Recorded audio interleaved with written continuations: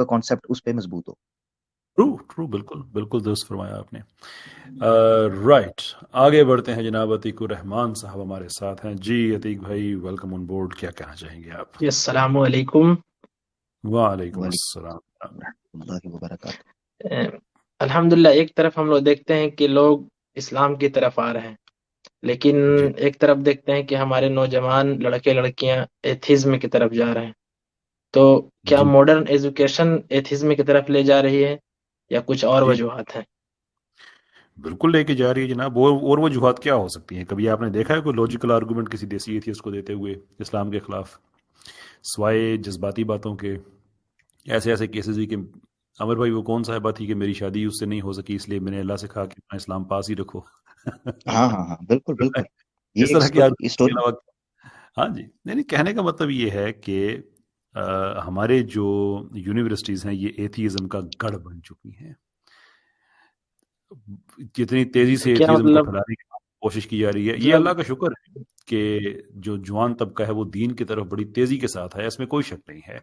یعنی ابھی جو باتیں میں اور عامر بھائی کر رہے ہیں, یہ آج سے 30 سال 40 سال پہلے اگر آپ دیکھیں تو یہ باتیں جو ہیں یہ 60 ابو کے لوگ کیا کرتے تھے.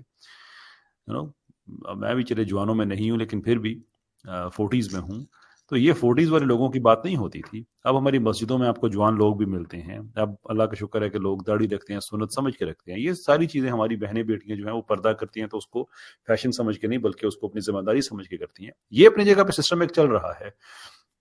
لیکن عام طور پہ آپ پاکستان میں دیکھیں کہ جہاں پہ پیراڈائم یہ ہے کہ ہم نے بار بار جس چیز کا میں کہا کرتا ہوں کہ ہمارے ٹی وی پہ بسکٹ, چائے, آئس کریم, کلفی, جتنا کچھ ہے وہ ایتھیزم تو نہیں لیکن جو کچھ ایتھیسٹک ویلیوز کے قریب ترین ہے, یعنی کہ فحش رقص اس میں شامل ہیں, گندے اشارے بھی اس میں شامل ہیں, یہ سارا ہم ایوری ڈے ایکسپیرینس کرتے ہیں.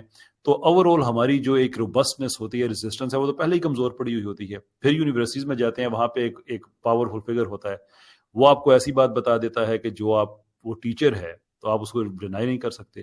مثال کے طور پہ جب آپ سے کہتا ہے کہ ہاں مذہب بھی ایک ٹھیک ہے ایکسپلینیشن دیتا ہے لیکن ایوولوشن کی تھیوری بالکل ٹھیک ہے, اب وہ آپ کا ٹیچر ہے, کیا کرے گا؟ میری ابھی بحریہ یونیورسٹی کراچی میں میرا لیکچر تھا, اس کے بعد جو مجھ سے کوسچن پوچھے گا وہ تھے یہی کہ ہمارے ٹیچر ہمیں کہتے ہیں تو انہیں کیسے کاؤنٹر کریں. تو میں نے انہیں بتایا کیسے کاؤنٹر کریں, وہ ایک اور چیز ہے. لیکن اس میں کوئی شک نہیں ہے کہ ہماری یونیورسٹیز جو ہیں وہ ایکٹیولی ایتھیزم کو پروموٹ کرنے میں لگی ہوئی ہیں. مثال کے طور پہ آپ دیکھ لیں نا, ہمارے جو ہیں ڈاکٹر پروفیسر ہود بھوئے صاحب, لوگ ان کی بات کو کیوں مانتے ہیں؟ وہ ایوولوشنسٹ ہیں, ایوولوشن کو وہ ٹھیک سمجھتے ہیں, تو لوگ ان کی بات کیوں مانتے ہیں؟ اس لیے تو نہیں کہ لوگوں نے خود ایوولوشن کو اسٹڈی کیا ہوا ہے. جتنے بھی ان کو بات ماننے والے ہیں وہ اس لیے مانتے ہیں کہ یار ہود بھوئے نے کہا تو ٹھیک ہی کہا ہوگا. That is the reality of it. لیکن انشاءاللہ بڑے روبسٹ طریقے سے اس کو ہم کاؤنٹر کر رہے ہیں. میری یہ بھی 10 دن کا میرا کوئی تقریباً لگ بھگ 9-10 دن کا میرا دورہ تھا کراچی میں, اسلام آباد میں. بہت کچھ میں گراؤنڈ ورک کر کے آیا ہوں, اللہ کا شکر ہے.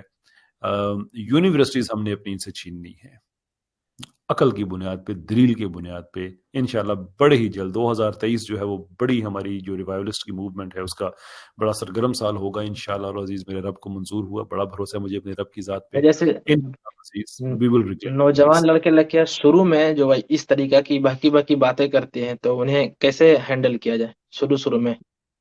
اچانک سے مطلب وہ عامر بھائی والا کوسچن ہے کہ آپ کی خود کتنی سٹڈی ہے اس میں.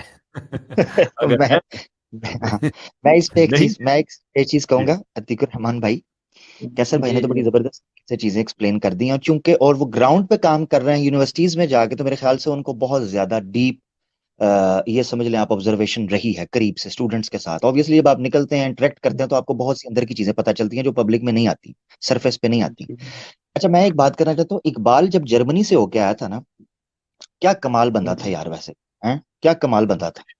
جرمنی یورپ لیا, وہ کہتے تھے خیرہ نہ کر سکی مجھے دانش جلوہ فرنگ کہ سرما ہے میری آنکھ کا خاک مدینہ و نجف. اس نے کہا او لونڈے لپاٹو, او یوتھ, او جوانوں, او گرم خون والو, میں جرمنی یورپ گھوم آیا ہوں.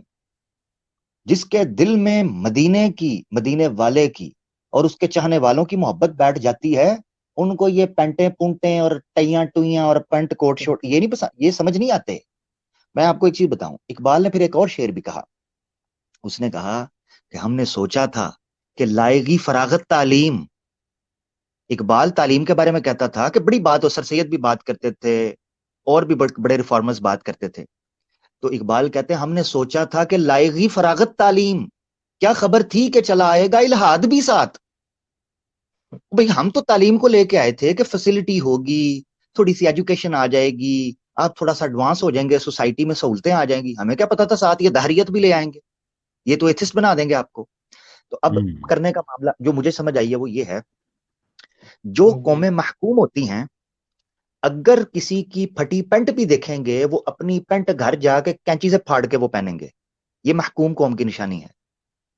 اب یاد رکھیں مسلمان جب حاکم تھا وہ یورپ میں اترا تھا نا، تو آج بھی اس کے نقش آپ کو اسپین میں، خاص طور پہ کورڈوبا میں، آپ کو اٹلی کے کئی ایریاز میں، سسلی کے کئی جزیروں میں آپ کو ان کے نشانات نظر آتے ہیں، ان کے ٹریٹس آپ کو نظر آتے ہیں. اس کی وجہ کیا ہے؟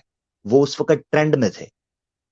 میں نے ایک ویڈیو بنانی تھی اس پر چھوٹی سی، مگر چونکہ آپ نے بات کیا تو میں ایک دو پوائنٹ اس میں سے، یعنی ایک ہی پوائنٹ ذکر کرتا ہوں تاکہ ٹائم بچے، اور کیسر بھائی نے کافی بات کر دی. اور پھر آگے ایک پوائنٹ، اگر آپ کسی مسلمان کو، یہ آج کل کے جو دیسی لنڈے کے لبرلز ہیں اور یہ کچھ وہ بھی اس بہت میں مطلب چھوٹے عمر کے رہتے ہیں، 8 کلاس کے ہاں بایولوجی میں رہتے ہیں اور کہتے ہیں کہ ہاں بس یہ اسٹرکچر خود بخود ہے سب کچھ وغیرہ ہاں وغیرہ.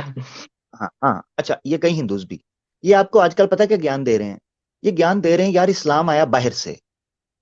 تو آپ یہ کیا السلام علیکم، وعلیکم السلام، سبحان اللہ، ماشاء اللہ، الحمدللہ، اللہ اکبر، انشاءاللہ، بارک اللہ، یہ ٹرمز یہ دیسی لبرلز کو بڑی زہر لگتی ہیں ٹرم. میں آپ کو بتا دوں وہ تو گڈ مارننگ گڈ ایوننگ کرنے والے ہیں. جب آپ ماشاء اللہ الحمدللہ کہتے ہیں ان کو زہر لگتا ہے کہ یہ انہوں نے کیا، یہ سمجھتے ہیں ہم نے عربوں سے لے.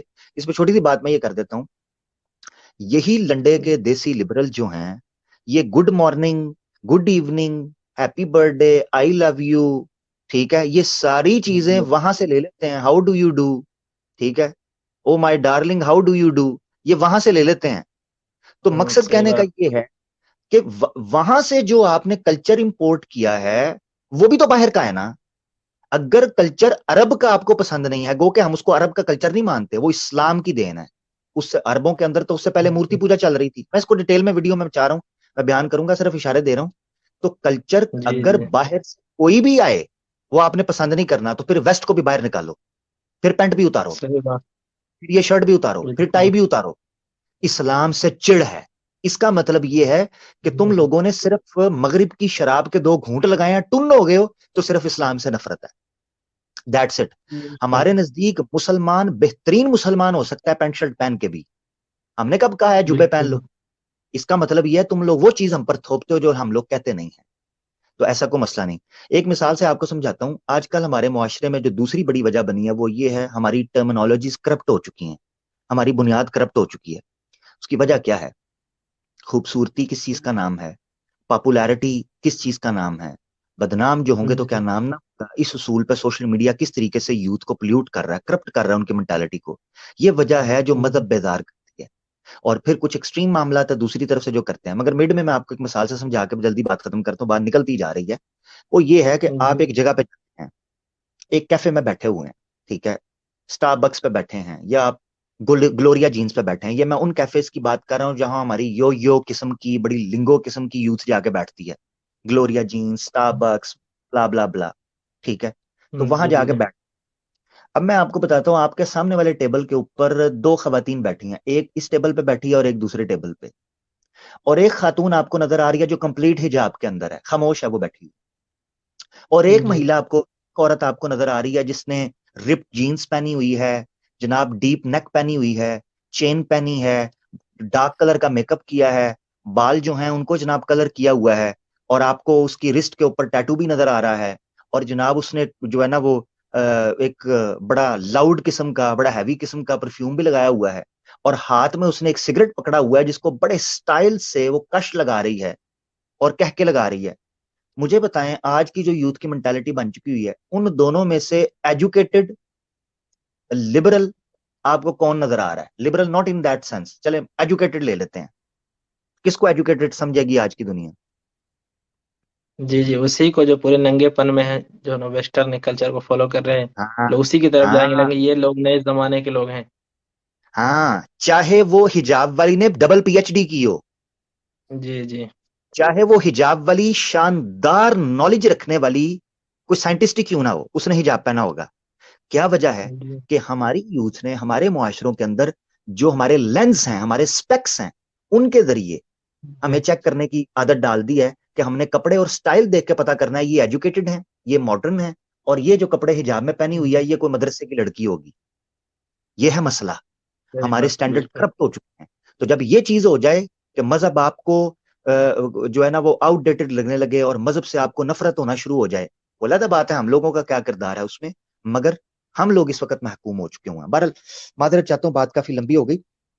کیسر بھائی نے جی جی تعلیم کی بات بھی کی اور میں نے اس مینٹالٹی کی بات بھی کر دی جو مینٹالٹی اس تعلیم کے ذریعے قائم کی گئی اور ہمیں پیچھے رکھا گیا. جی جی بہت شکریہ. جناب بہت بہت ٹھیک. شکریہ آپ کا عتیق بھائی، بہت بہت شکریہ آپ کا، آپ تشریف لائے. Thank you G.